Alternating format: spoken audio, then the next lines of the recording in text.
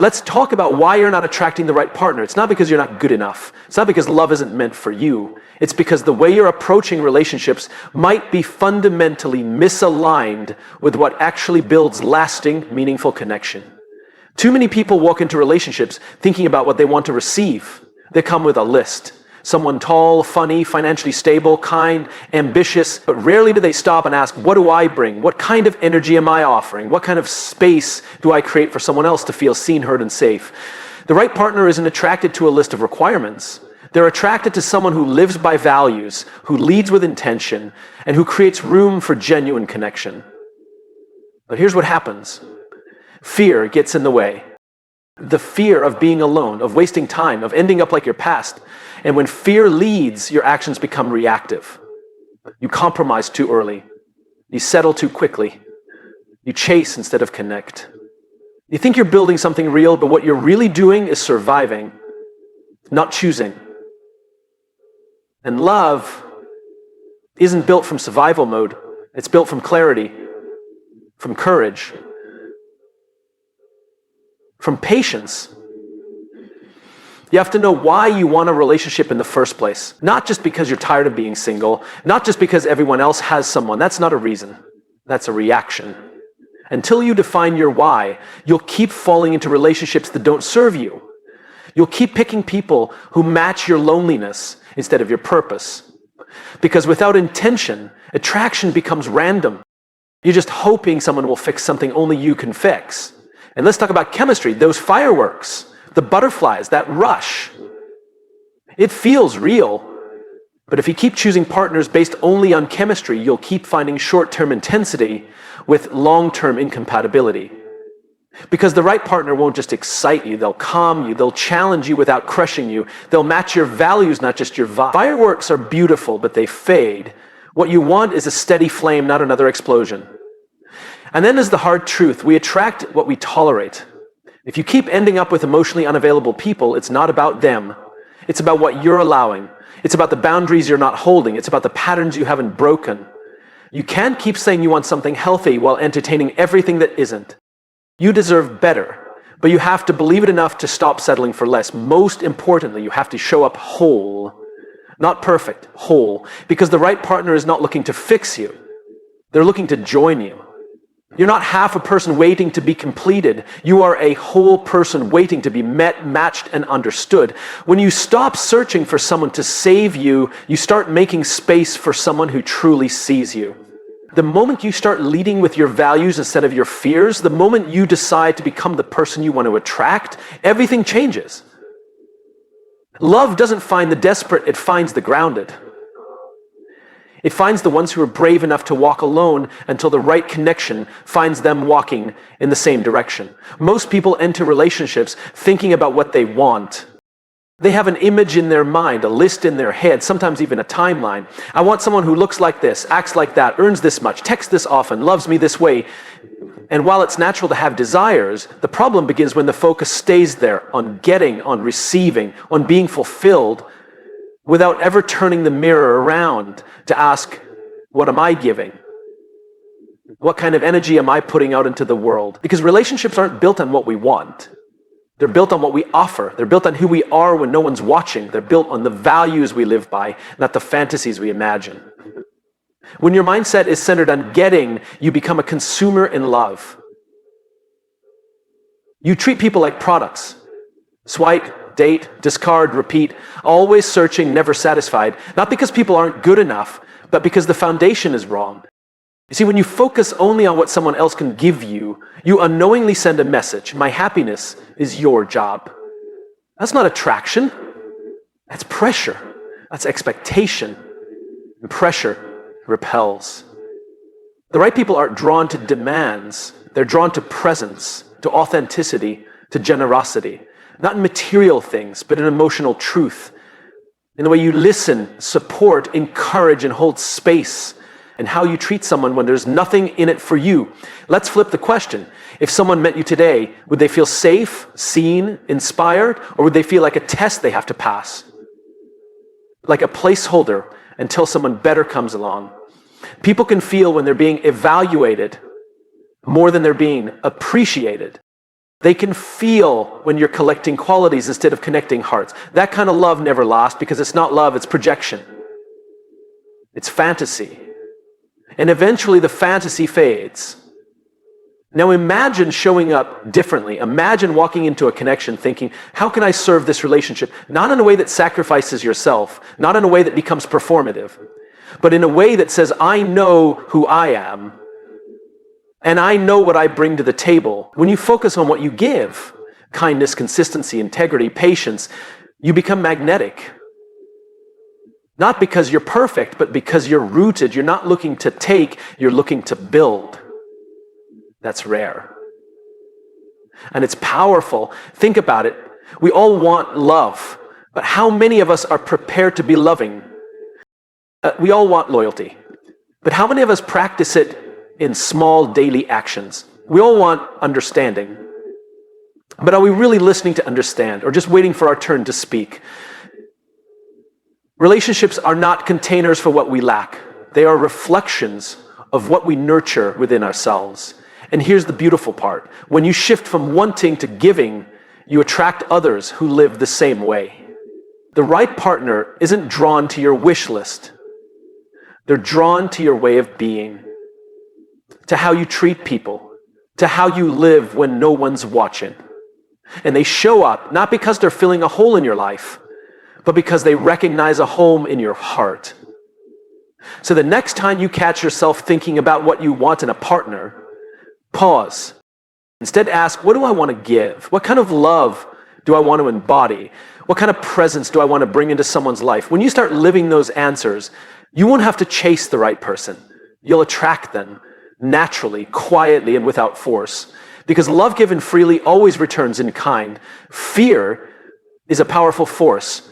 It sneaks into our decisions, shapes our behaviors, and quietly rewrites our stories without us even realizing it. In relationships, fear can be especially loud.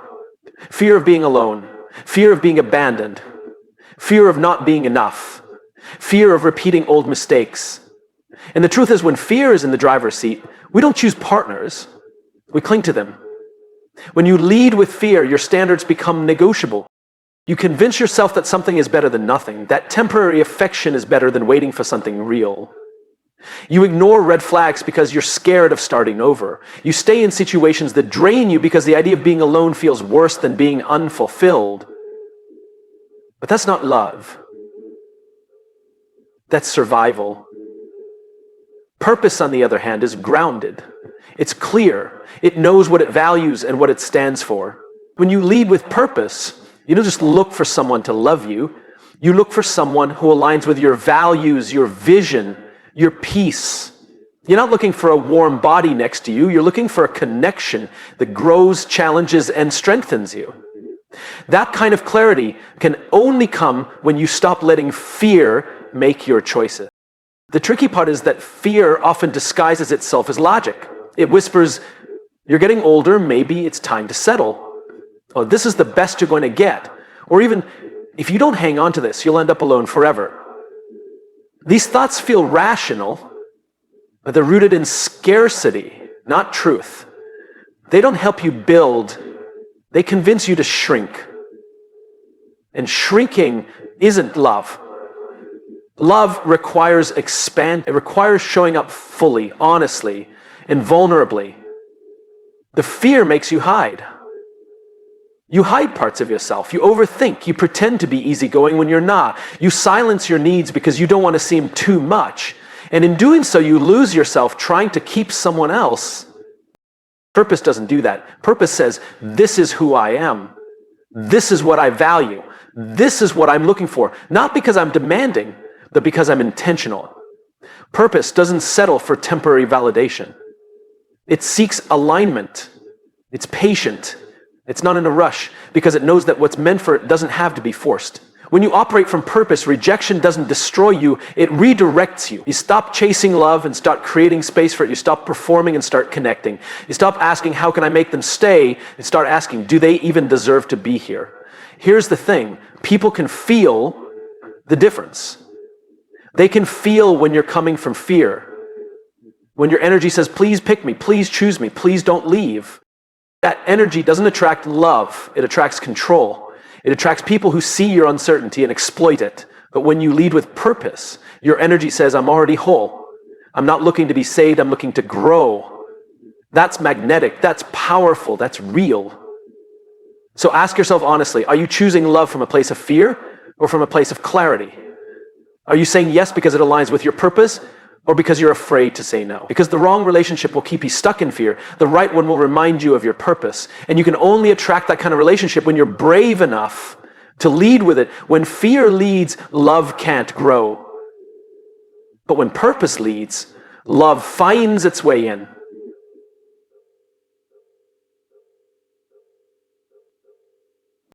One of the biggest reasons people struggle to find the right partner is because they haven't taken the time to define their why. Why do you want a relationship? Why are you looking for love? Why do you feel incomplete without someone else? These questions might seem simple, but most people never truly answer them. And when you don't know your why, you end up in relationships that don't serve you, chasing connections that don't fit you, and repeating patterns that leave you exhausted. Think about it. If you don't know what's driving you, how can you possibly know if someone is right for you? If your why is vague, your choices will be too. You'll accept attention instead of affection. You'll mistake chemistry for connection. You'll say yes to people who excite you in the moment but can't grow with you in the long run. You'll confuse being needed with being valued. And most dangerously, you'll confuse distraction with destiny. When your why is unclear, you start relationships hoping the other person will create meaning for you. You expect them to give you purpose, to make you feel wanted, to make you feel whole, but no one can carry that kind of responsibility. Not for long. And what ends up happening is you start bending yourself to fit into someone else's life, someone else's timeline, someone else's definition of love. You forget your own. Clarity is everything. When you know why you want love, you stop chasing it to fill a void. You stop searching for someone to complete you. Instead, you start seeking alignment. You begin to recognize who fits and who doesn't, not because of surface level traits, but because of shared values and a common vision for life. That kind of awareness only comes when you pause and reflect on what you truly want to build with another person, not just what you want to feel. The truth is, many people want a relationship because they think it will solve something. They think a partner will fix their loneliness, heal their past, or prove their worth. But relationships don't heal what hasn't been faced, they reveal it. And if your why is rooted in fear or insecurity, your relationship will reflect that. It will be full of anxiety, confusion, and constant overthinking. Not because the other person is wrong, but because you haven't yet defined what right looks like for you. Your why should come from strength, not scarcity. It should be based on your desire to grow, to share, to build something meaningful, not just to avoid being alone. When your why is solid, it becomes your compass. You stop second-guessing your worth. You stop tolerating mixed signals. You stop romanticizing potential and start recognizing reality. And when someone shows up who doesn't align with your purpose, you can let go without guilt. Because you're not looking to be chosen, you're looking for connection that honors your path. This clarity doesn't just help you find the right partner, it helps you become the right partner. You communicate better, you set boundaries with love instead of fear. You build trust because you're not pretending to be someone you're not. And when two people come together who both know their why, the relationship becomes less about fixing each other and more about growing together. So before you keep searching, swiping, or hoping, ask yourself, why do I want love? What do I want it to feel like? What do I want to create with someone? If you can answer those questions honestly, your path becomes clearer. You stop getting distracted by who shows up and start focusing on who truly fits. Because when your why is strong, you don't just attract love, you attract the right kind of love. The kind that lasts, the kind that aligns, the kind that begins with knowing yourself first. It's easy to get swept away by chemistry, that spark, the butterflies, the excitement of someone new who makes your heart race and your world feel instantly brighter. It's intoxicating. We chase that feeling because it feels like proof that this person must be the one. But here's the truth. Chemistry might ignite a connection, but compatibility sustains it. And if you keep chasing chemistry without looking deeper, you'll keep ending up in relationships that burn fast and end hard. The chemistry is a feeling. It's often based on attraction, timing, or even unresolved emotional patterns. It can be triggered by someone who reminds you of the past, someone who challenges you in ways that feel familiar, or someone who activates your insecurities just enough to keep you guessing.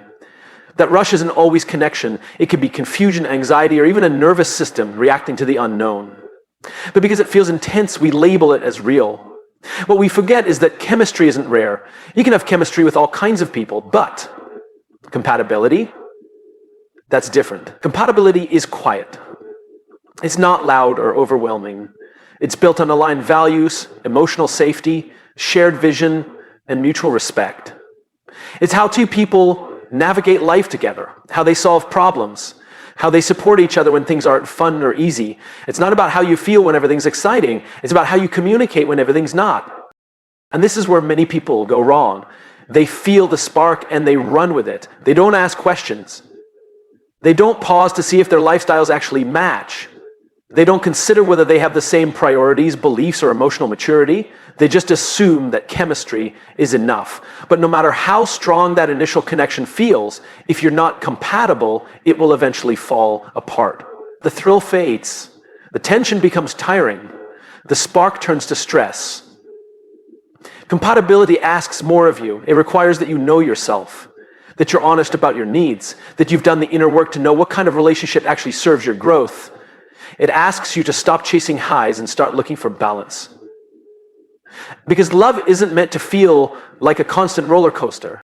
It's meant to feel like home. When you focus on compatibility, you're not just asking, do they make me feel alive?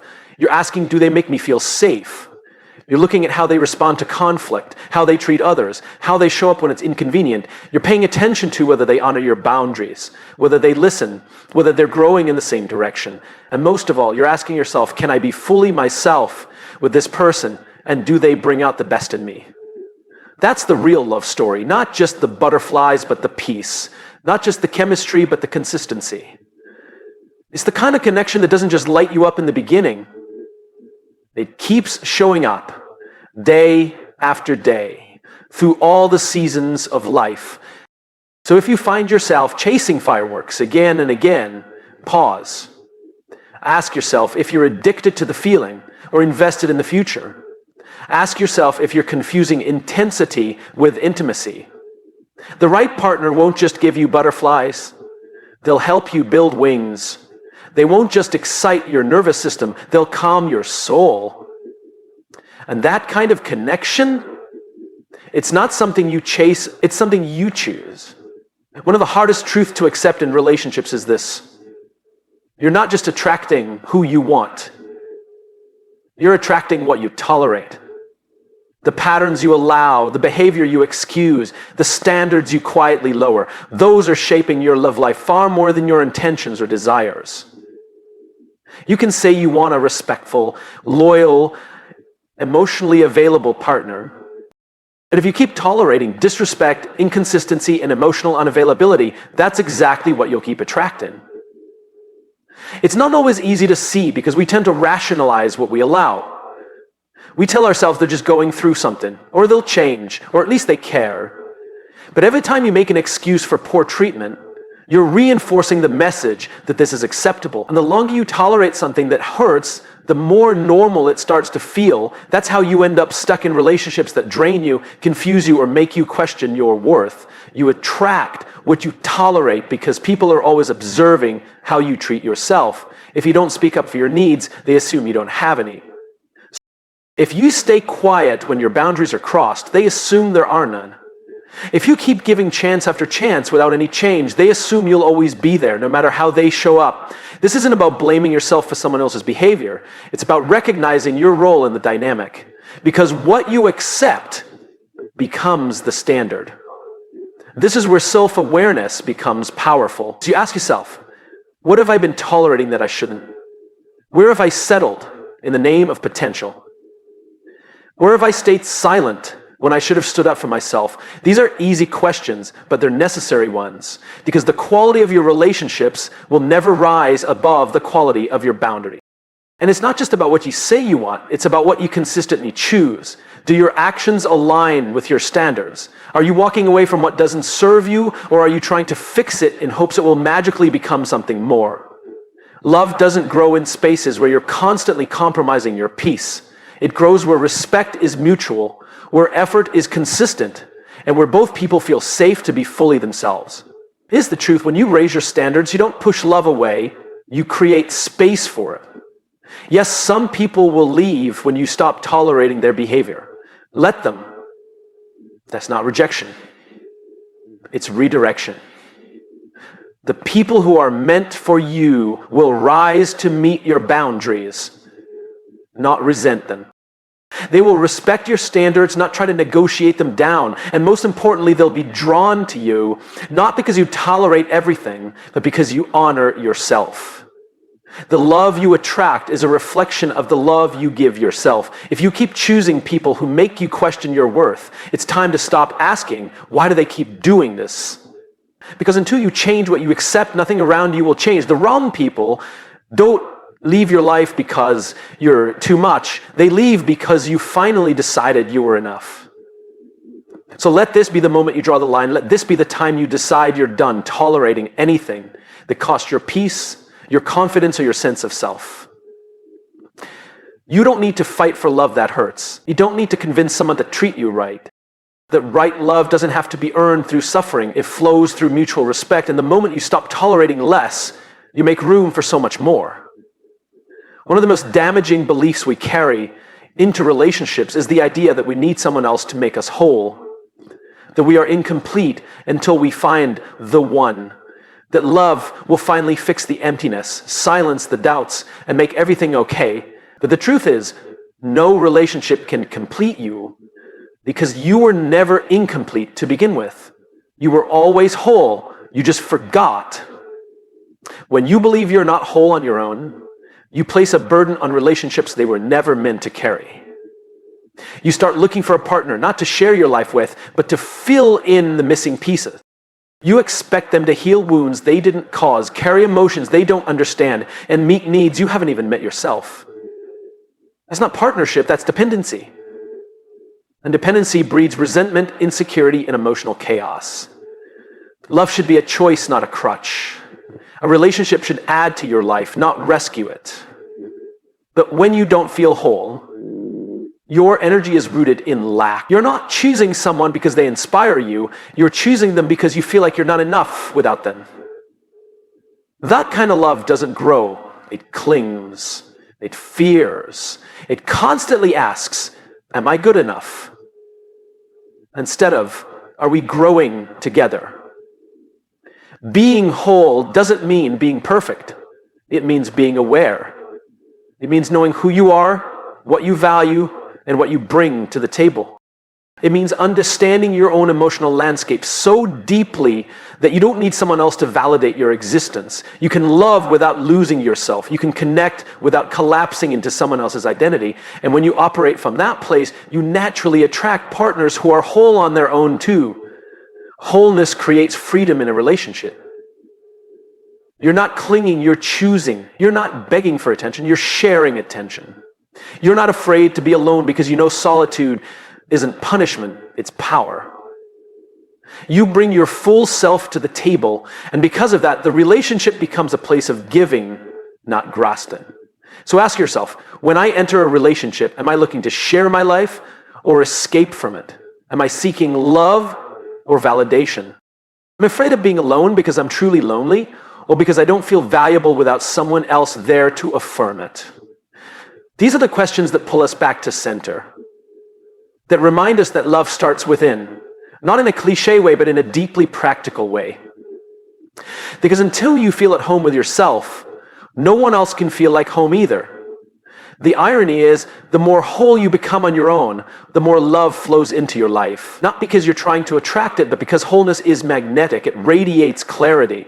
It sets boundaries without guilt. It communicates with confidence. It's not desperate, and it's not defensive. It simply knows, I am enough as I am. I'd love to share this with someone, but I don't need to be saved. The right partner is not your missing piece. They are not your fixer, your filler, or your cure. They are your companion. your witness, someone who meets you where you are, not to complete you, but to walk beside you. And that kind of relationship is only possible when you've done the work to know that you're already whole.